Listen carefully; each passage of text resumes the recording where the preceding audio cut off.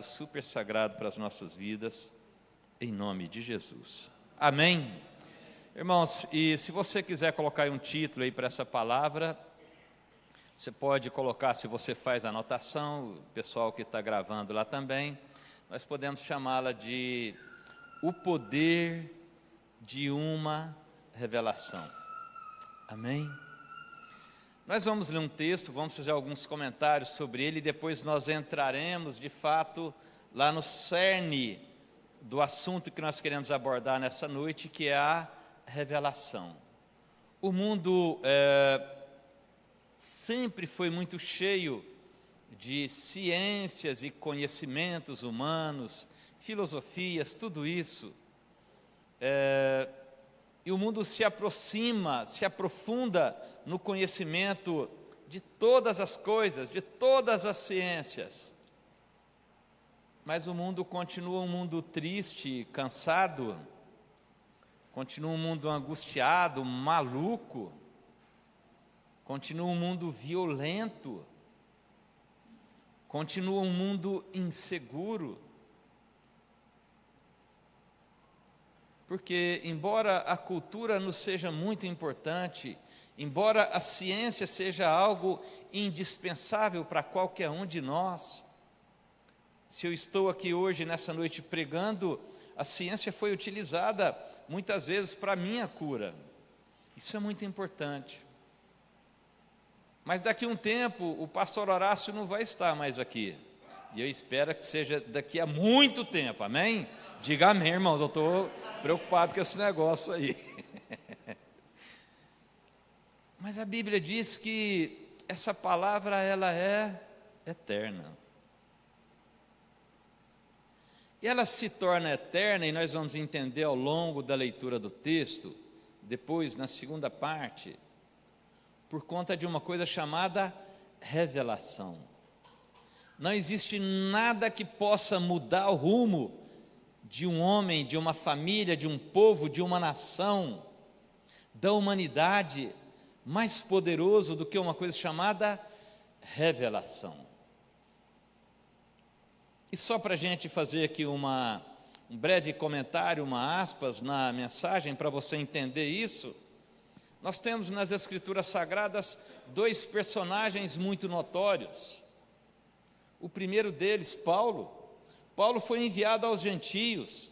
O apóstolo Paulo, ele foi enviado para discursar diante de filósofos, de homens de grande ciência, de grande sabedoria, de grande conhecimento.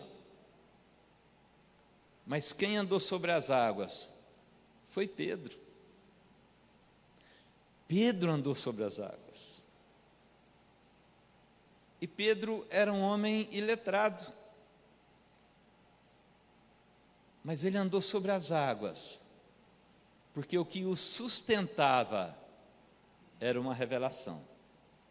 Quantos entendem o que estou falando? É muito importante nós estudarmos, fazermos cursos, sei lá, 3º grau, doutorado, pós-graduação, e assim por diante. Não estou dizendo o contrário. Mas é muito importante também uma revelação. O que mudou a vida do apóstolo Paulo, por exemplo, foi uma revelação, quando o próprio Senhor falou com ele. E às vezes o que nós precisamos não é tanto, e essa sabedoria nos ajuda muito, mas de termos uma experiência genuína com o Deus Criador. Isso pode mudar a minha, a sua e a vida dessa geração, em nome de Jesus. Amém? E nós temos aí um texto que vai desaguar nesse chamado revelação. Nós teceremos alguns comentários rápidos aqui e depois entraremos mais objetivamente naquilo que é o foco daquilo que eu queria falar com você, para que você saia desse culto hoje levando uma revelação a respeito da sua vida, em nome de Jesus. Diga amém. Aleluia, glória a Deus. Nós podemos ler aqui a partir do verso 13. E nós podemos ler calmamente, como se estivéssemos saboreando uma mexerica, que a gente chama de mexerica, mas acho que o nome não é isso não, né? É bergamota, não é isso, gente? Pegando, aí ó, a Sara nem sabe o que é isso. Como se nós estivéssemos com aquela poncã que chama, que você pega um gomo por gomo, tira ele assim, com muito cuidado, e você vai tirando aquelas, sabe aquelas linhas brancas que tem, e aí você vai olhando aquilo e vai imaginando a hora que você estiver mastigando aquele negócio assim, e vai, você se delicia com aquilo. Assim tem que ser a palavra de Deus, amém? E nós vamos pedir para que Deus nessa noite nos dê essa experiência, amém? Aqui narra um momento em que Jesus chega então numa região, ele com seus discípulos. E o que nós temos aqui a partir do verso 13, diz assim, ó: e chegando Jesus às partes de Cesareia de Filipe, interrogou seus discípulos dizendo: quem dizem os homens ser o Filho do Homem? Jesus então lança uma pergunta. Para quem que é essa pergunta? Para os seus discípulos. E aí, o verso 14 vai nos dizer isso aqui, ó. E eles disseram, uns dizem que é João Batista, outros Elias, e outros Jeremias, ou um dos profetas. No verso 15, disse-lhes ele: e vós, quem dizeis que eu sou? Então, nós já podemos perceber já de antemão, preliminarmente, que Jesus, ele faz uma pesquisa de opinião pública. Por que eu estou usando essa expressão? Porque a Bíblia, ela é mais atual do que o jornal que vai sair amanhã. Quando nós olhamos o texto bíblico, nós percebemos que o que nós estamos vivendo e vamos viver, e já vivemos, estão dentro desses 66 livros aqui. Jesus, se vivesse nos dias atuais, ele ia perguntar: o que é que diz aí o Datafolha, o Ibope? Mas na sequência, ele faz uma pergunta agora mais reservada. Ele diz: e vós, quem dizeis que eu sou? Sabe, amados, as pessoas têm mania de dizer que a voz do povo é a voz de Deus. Mas parece-me que essa teoria cai por terra diante desses 2 versículos que nós lemos. Porque Jesus queria saber de quem? Dos discípulos. E o meu desejo essa noite é que eu e você, como discípulos do Senhor, saiamos daqui com essa revelação em nome de Jesus. Seu propósito é onde eu quero chegar com essa mensagem, e creio que Deus vai nos abençoar para que abra o meu e o seu coração, para que nós possamos compartilhar disso aí. E ele faz essa pergunta: e vós, quem dizeis que eu sou? E eles então respondem, né? E eles disseram, uns João Batista, outros Elias, verso 14, e outros Jeremias, ou um dos profetas. Verso 15, disse-lhes ele: e vós, quem dizeis que eu sou? E Simão Pedro, diga comigo, Simão Pedro, é o homem. Simão Pedro entendia de pescaria, muito talvez, mas de vez em quando ele voltava para casa sem peixe. Lembra da passagem, irmãos e irmãs? E com um pequeno detalhe: a sogra morava com ele. Imagina você voltar desempregado para casa e a sogra mora com você, e ela começa a te julgar porque você está desempregado. Falei, minha filha, que não era para você casar com esse homem. Esse homem não vai te dar futuro. Ele não dá camisa para ninguém. Pedro, pescador. E a pescaria realmente, irmãos e irmãs, é uma profissão ingrata mesmo. Eu já fui um grande pescador já, sabe? E depois eu passei a só contar a verdade só, diga amém. Mas, irmãos, se eu contar algumas histórias das pescarias que vocês não vão acreditar, e algumas delas é bom que nem acreditem mesmo, né, pastor? Mas percebam bem, Simão Pedro, verso 16, respondendo, disse: Tu és o Cristo, o Filho do Deus vivo. E Jesus respondendo, disse-lhe: Bem-aventurado és tu, Simão Barjonas, porque não te revelou a carne e o sangue, mas meu Pai que está nos céus.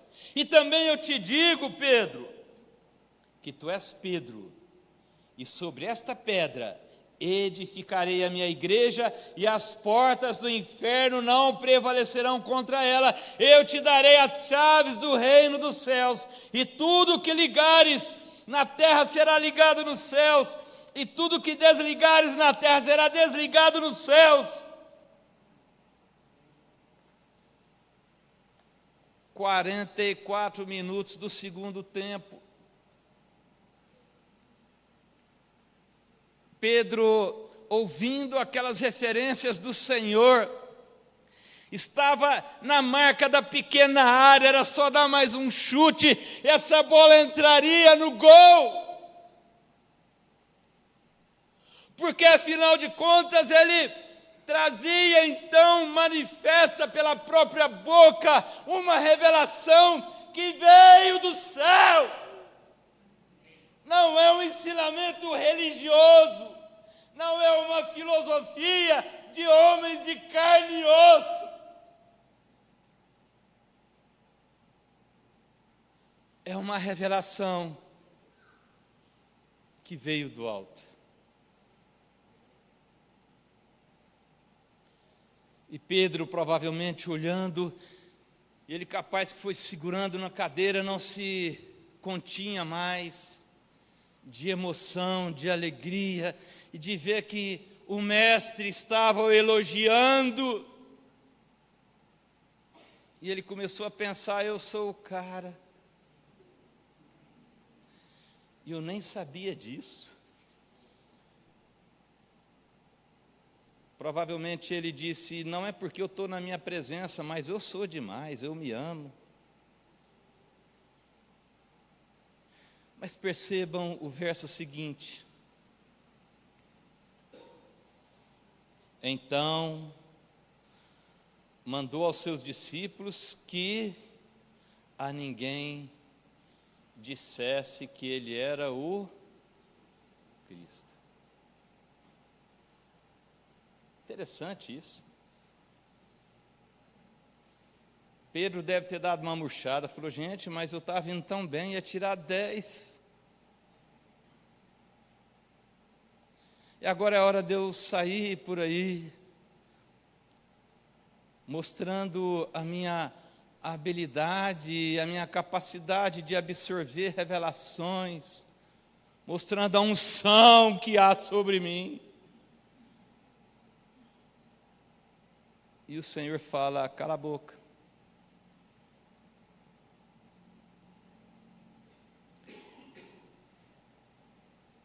E ele mandou que a ninguém dissesse que ele era o Cristo. Muito curioso isso. Por que não dizer? Olha que coisa. E aí nós começamos a refletir, a montar a cena, a imaginar. E eu queria sugerir a vocês que, de fato, abraçassem esse desafio que o pastor Carlos faz para toda a igreja, de todos lerem toda a Bíblia ao longo de um ano. Para que vocês, queria também aqui publicamente falar isso para vocês, Tragam a Bíblia quando vierem para o culto. É claro que nós projetamos aqui, isso é maravilhoso, facilita. Mas às vezes a gente também olhando o escrito, nós temos uma visão panorâmica, que eu não vou nem olhar para trás, mas o irmão, quando ele projeta lá, ele projeta apenas um versículo. E um contexto é muito importante para nós entendermos a mensagem do Senhor.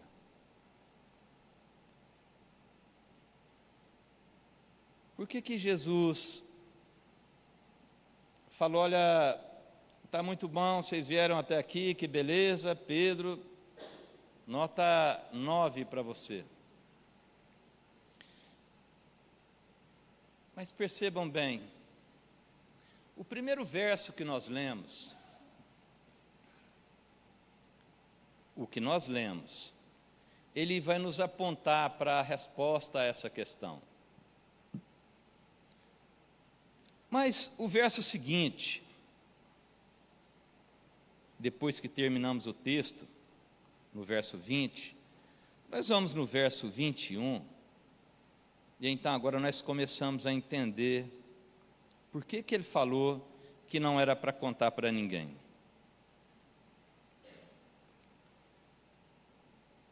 Porque, queridos, quando nós somos aprovados em qualquer coisa, somos elogiados, nós queremos trazer isso a público. Nós gostamos de um holofote. E não é necessariamente uma questão de vaidade, mas muitas vezes nós queremos um reconhecimento público daquilo que nós fazemos. Não tem nada de errado nisso. O problema disso é quando a gente usa isso com muita vaidade, e isso pega mal. Uma vida mais simples é melhor. Eu me lembro, o pastor Carlinhos talvez não se lembra disso, mas uma vez um candidato a presidente da República veio visitar Araguari e marcou uma reunião com todos os pastores da cidade. E o pastor Carlinhos ligou para mim, falou, Horácio, vamos lá comigo nessa reunião? Falei, vamos, que isso, já pensou, eu recém-convertido, e orar por um homem que provavelmente, ou que tinha muita possibilidade na época, de ser presidente da República, imagina isso, gente.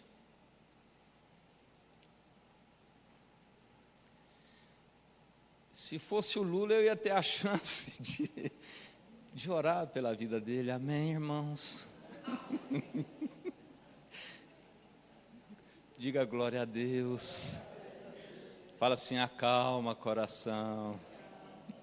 Fala assim, segura a onda. Mas poderia orar pela vida dele. E aí nós estávamos lá e alguém ligou para o pastor Carlinhos precisando de uma oração. E ele falou assim para mim, Horácio, fica aí na reunião que eu tenho que ir ali orar por alguém lá perto do bosque. O lugar eu lembro, se eu falar. Eu falei, claro, vou ficar. E fiquei olhando, falei, gente, mas como é que esse homem renuncia um lugar tão nobre, na presença de um grupo de políticos, tudo de alta patente, e vai lá orar por um irmão. Aquilo para mim foi ensinamento e tanto. Sabe, nós precisamos de aprender isso na nossa vida. Isso nos ajuda. A simplicidade nos ajuda. Sabe? E aí, voltando aqui ao texto, nós estamos então tentando entender por que é que Jesus mandou aqueles homens não falarem que ele era o Filho do homem, que ele era o Cristo. No verso 21, a Bíblia diz assim, ó, desde então começou a Jesus a mostrar a seus discípulos que convinha ir aonde há? Então ele tinha que sair dali, diga amém. Diga amém mais alto, amém. Aleluia. Então ele diz, ó, convinha ir a Jerusalém. Então ele ia se deslocar, diga comigo, deslocar. Ele ia se deslocar, e a Bíblia diz, e padecer muitas coisas dos anciãos e dos principais sacerdotes, e dos escribas, e ser morto, e ressuscitar ao terceiro dia. Presta atenção no que eu vou falar para você. No verso 13, que foi o primeiro versículo que nós lemos, está dizendo assim, ó: e chegando Jesus às partes de Cesareia de Filipe, interrogou seus discípulos. Então, quando ele estava conversando com os discípulos, onde ele estava, irmãos? Cesareia de... E sabe que cidade é essa? Essa cidade foi mandada construir por Herodes.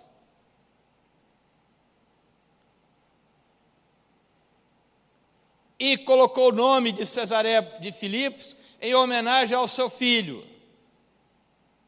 E presta atenção numa coisa: Herodes a vida inteira perseguiu Jesus. Onde eu quero chegar com você? Jesus corria o risco de receber contra si um ataque que o impedisse de ir a Jerusalém e se entregar na cruz. Portanto, ele corria o risco não de ser o autor da obra redentora, mas ser vítima. Porque o que deveria acontecer não é ele ser pego, mas ele se entregar, para que ele tivesse autoridade na cruz do Calvário de dizer: ninguém tira a minha vida, mas eu deliberadamente a dou para retomá-la. Entende até aí, irmãos? Estamos na pequena área.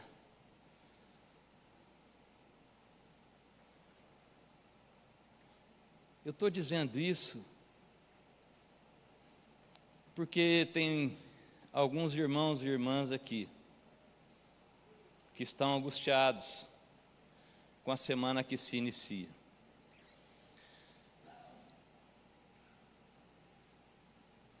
Mas a Bíblia está nos mostrando que o Senhor está no controle do tempo e do espaço. Esse mundo não está entregue a Pedro, João e Tiago.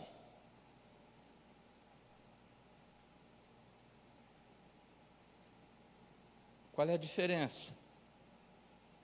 É eu dizer: Senhor, eu quero fazer parte desse negócio aí.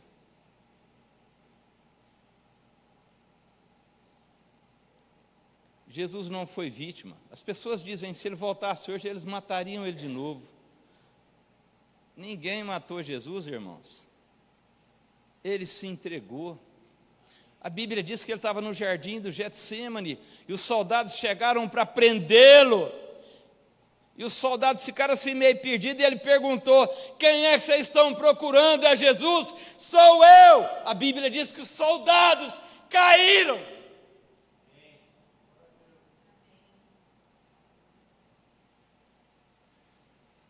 Deus está falando para você: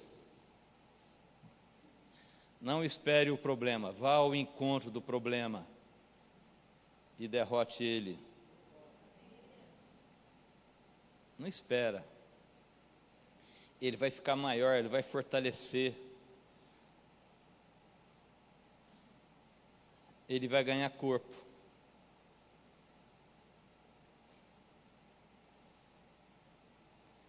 Resolva sua vida.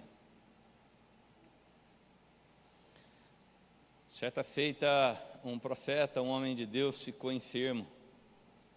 E Deus se manifestou para ele. E quando Deus se manifestou para ele, quando ele orou muito a Deus, a primeira coisa que Deus falou para ele, falou: olha, antes disso, Deus chegou para ele e falou: olha, arruma a tua casa. Às vezes a nossa vida está muito mística, nós estamos debaixo de jugo religioso, mas estamos com medo de encarar o adversário. Sabe, irmãos, o problema não são os adversários naturais. Eu que o diga, o primeiro adversário que eu enfrentei natural, ele me quebrou um dente. Mas eu estou vivo. O problema são os espirituais, porque eles se alojam na nossa alma e no nosso espírito.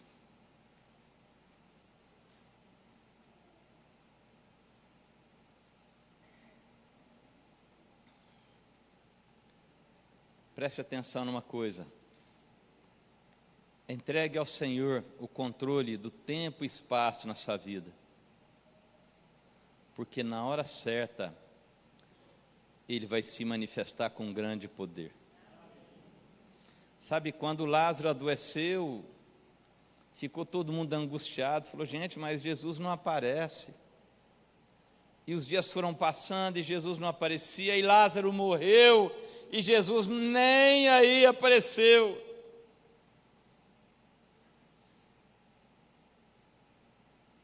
Mas a Bíblia diz que, quando já tinha 4 dias, o Senhor aparece. E o Senhor se manifestou ali em João capítulo 11, e falou, olha, tem uma pedra ali, essa pedra quem tem que tirar é vocês, não é eu não. Diga amém. Tem umas coisas na nossa vida que nós vamos ter que resolver, irmãos. Não vai ter reza brava que resolve isso aí, não. Diga misericórdia.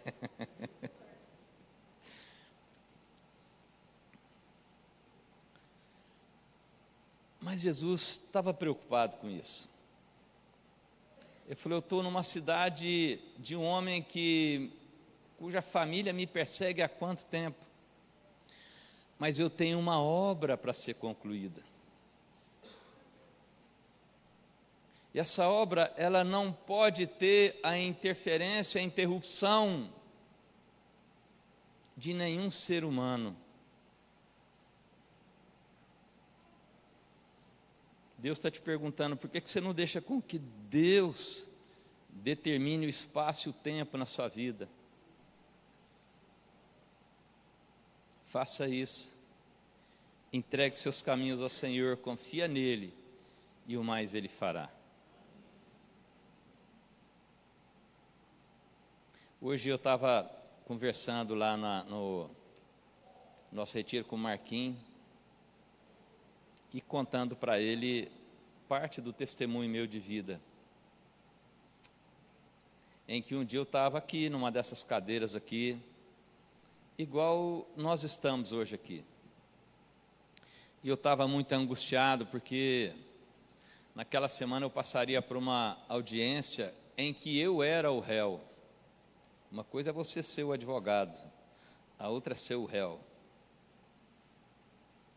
E eu estava aqui concatenando, aqui, imaginando, e o pastor Carlos pregando, e todo mundo prestando atenção, e eu não conseguia ali prestar atenção no que ele falava, e aquela semana seguinte seria uma semana muito pesada, e eu não me lembro em que contexto que o pastor disse isso, mas ele falou assim, não te estribes, é óbvio que isso é da palavra de Deus, amém? Só que eu não lembro o contexto que você estava falando, o tema da mensagem. Não te estribes no teu próprio entendimento. Irmãos, aquilo para mim foi um bálsamo que veio assim. Você já viu quando você está com aquela... Hoje as pessoas quase não sofrem dor de dente, mas eu já sofri muita dor de dente na minha vida. E aí você toma um anestésico assim, aquilo some. Sabe, às vezes nós temos que fazer isso. Prestar atenção. Porque em algum momento da palavra, ela vai falar comigo e com você. Eu falo para a Beth, eu nem sei às vezes o que os irmãos acham da minha pregação, mas tem dia que eu me acho demais, porque ela fala muito mais comigo do que com as pessoas que estão me ouvindo. Longe de mim qualquer vaidade, o Senhor sabe disso e conhece o meu coração. Mas às vezes eu falando alto, eu estou ouvindo a palavra de Deus. Interessante isso. E aqui tinha esse cuidado. Mas percebam bem mais, vamos voltar para o texto.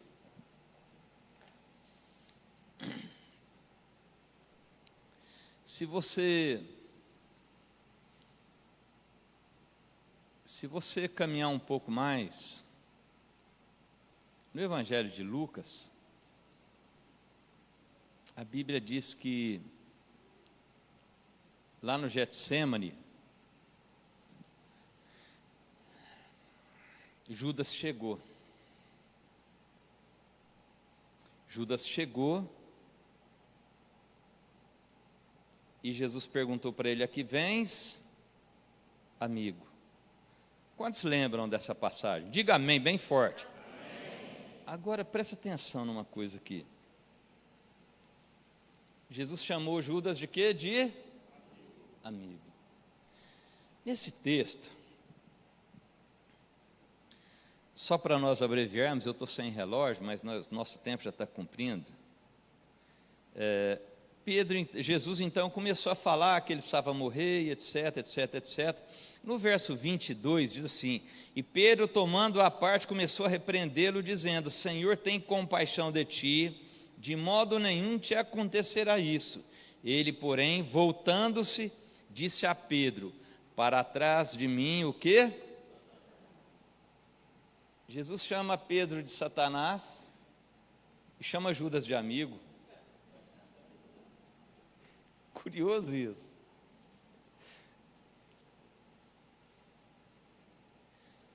Sabe, irmãos e irmãs, eu tenho tentado falar muito isso com os funcionários lá do meu escritório. Às vezes algumas pessoas estão trabalhando contra mim ou contra você, mas elas às vezes nem percebem que estão cumprindo um propósito do Senhor. Porque Pedro, ele se colocou no meio entre Jesus e o propósito. Eu estou dizendo isso para animar você a encarar os episódios da sua vida que cumprem um determinado propósito pré-estabelecido por Deus.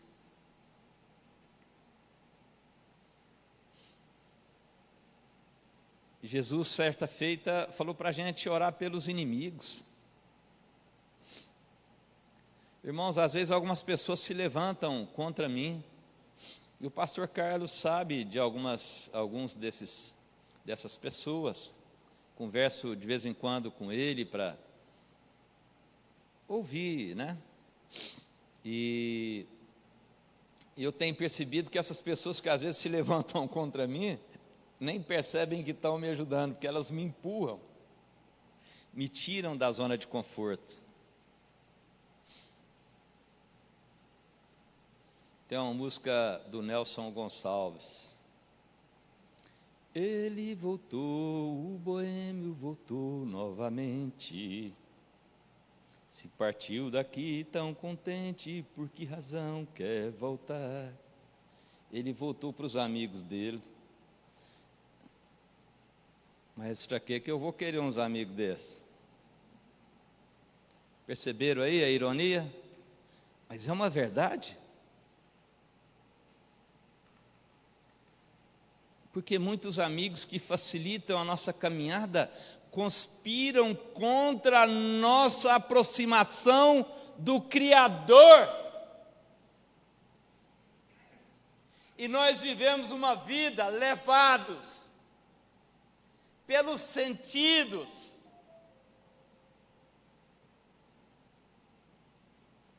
pelas intuições e não por uma verdade.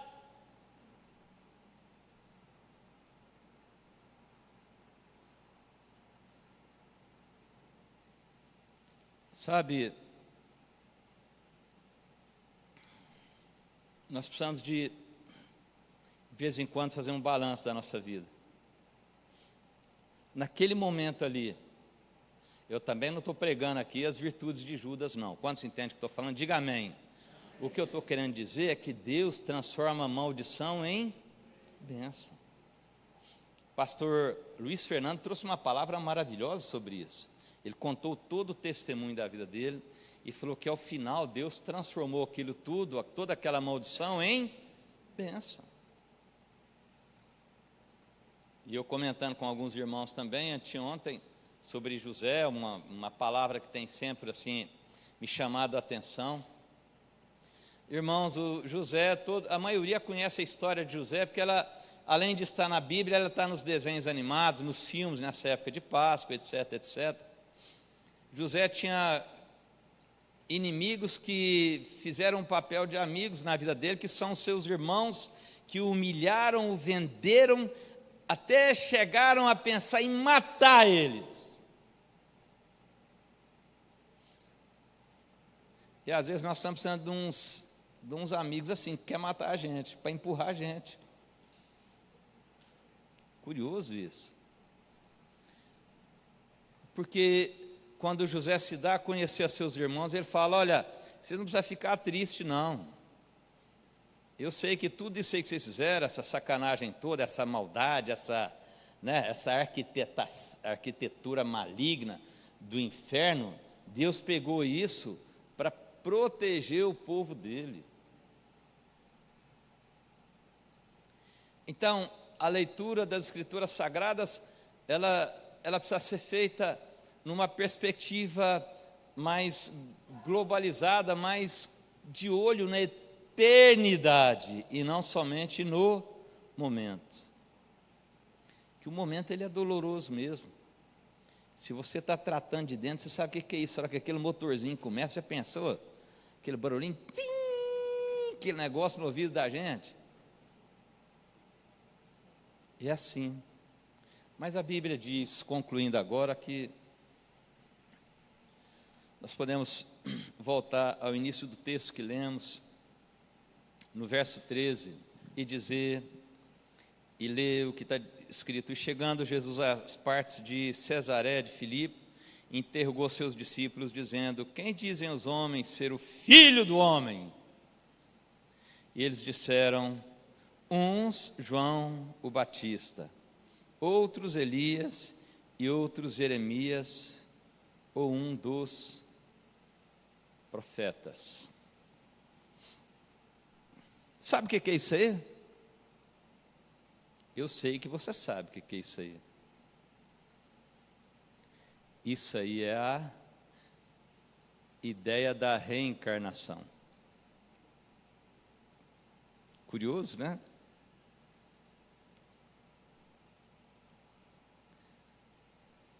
Às vezes nós estamos sendo levados por essas coisas.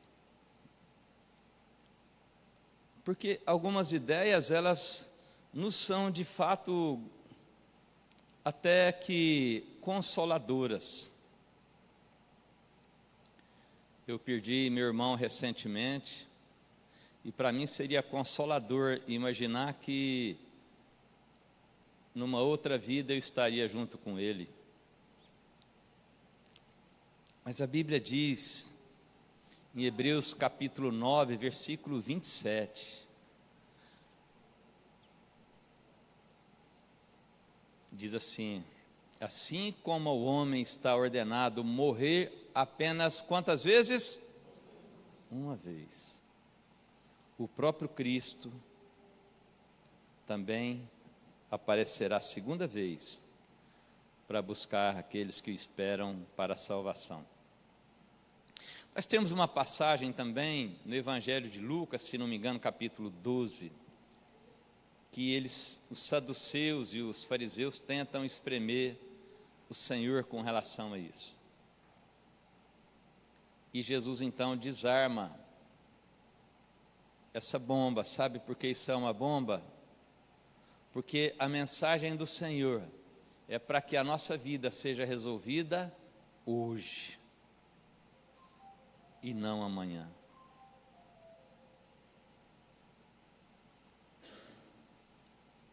O que nunca faltou na face da terra foi religião.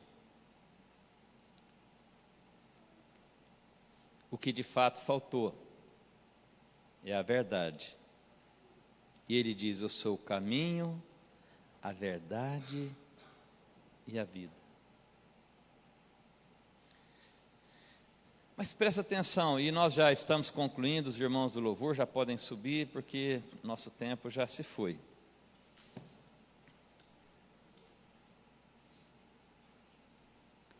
Tem mais um detalhe aqui que eu não posso deixar de falar com a igreja nessa noite. É muito forte quando Pedro diz: Tu és o Cristo. A palavra Cristo é Christos do grego e do hebraico Machia. Cristo significa o ungido.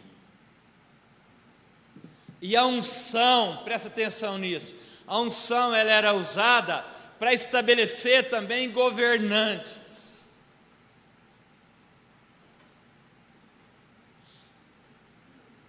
Quando Pedro diz: Tu és o Cristo, ele está, aquela palavra caindo nos ouvidos de Herodes, seria como se fosse uma bomba, porque Pedro está apresentando alguém agora que tem uma legitimidade, não imposta pelo Império Romano, mas do céu.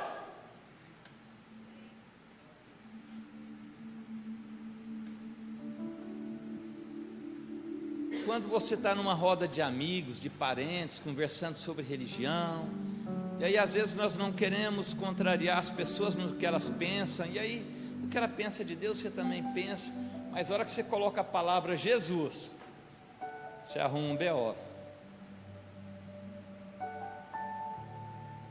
porque nesse nome tem poder.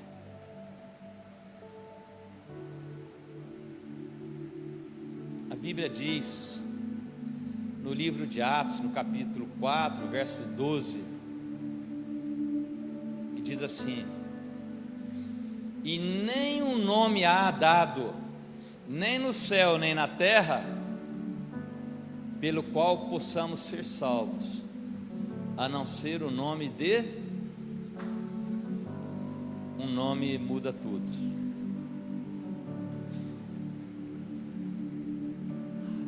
Sabe, a Bíblia diz que nós somos embaixadores. Onde nós estamos representando quem? Jesus. Paulo, explicando aos Coríntios, diz: olha, nós somos embaixadores de Cristo. Mas quando Pedro diz: Tu és o Cristo, e nós não podemos alongar, ele está colocando alguém sobre quem está todo o poder. Só que esse poder é um poder que vem do alto.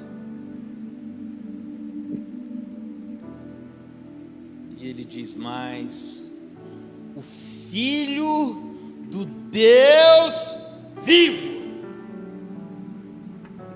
Porque por mais poder que Herodes tenha, em algum momento ele vai virar uma múmia, mas o poder que está sobre o Messias é um poder do Filho do Deus vivo. E a Bíblia diz que o Filho é semelhança de quem? Do Pai. Ou seja, assim como no passado Herodes mandou matar aquele monte de crianças, agora já não adiantaria ele tentar novamente, porque não caberia a ele matar o Cristo.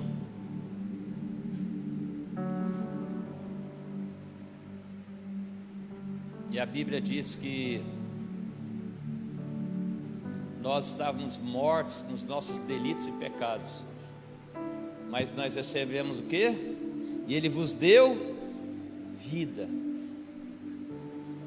Esse é o Messias, esse é o poderoso, esse é aquele de quem nós falamos na abertura desse culto. No princípio criou Deus os céus e a terra. Esse é o Deus que está sempre diante de mim e diante de você, ao qual nós temos a oportunidade nesse momento de recorrer em oração. Fique de pé, vamos orar a Deus.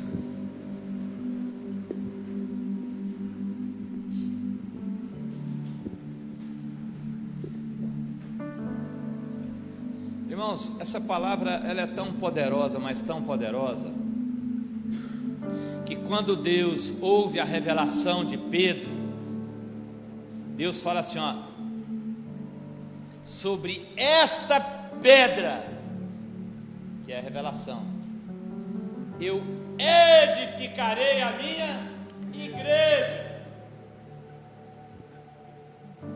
E onde nós estamos agora? A igreja.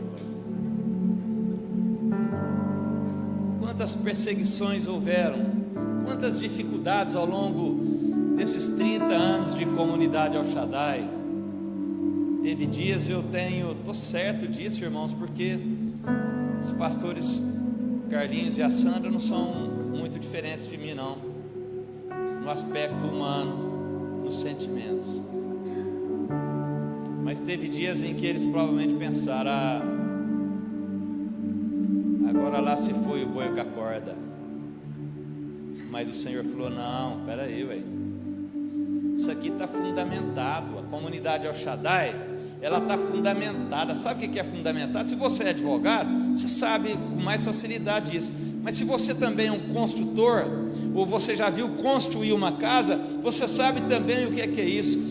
O fundamento é o alicerce, é o lugar sobre o qual as coisas estão colocadas, onde o peso é potencializado, porque o fundamento, ele tem que ser firme. O fundamento dessa igreja não está necessariamente nos pastores dessa igreja, mas na revelação do Cristo. Aquilo que Pedro escutou lá naquele lugar em Cesareia está materializado na minha e na sua vida. O que nós estamos vivendo aqui hoje é muito mais real do que se pode imaginar. Se você entender isso, você vai sair desse lugar e você vai entender com muita clareza o propósito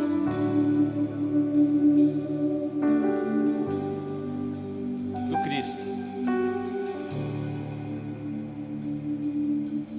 Quero que você feche seus olhos, curve a sua cabeça.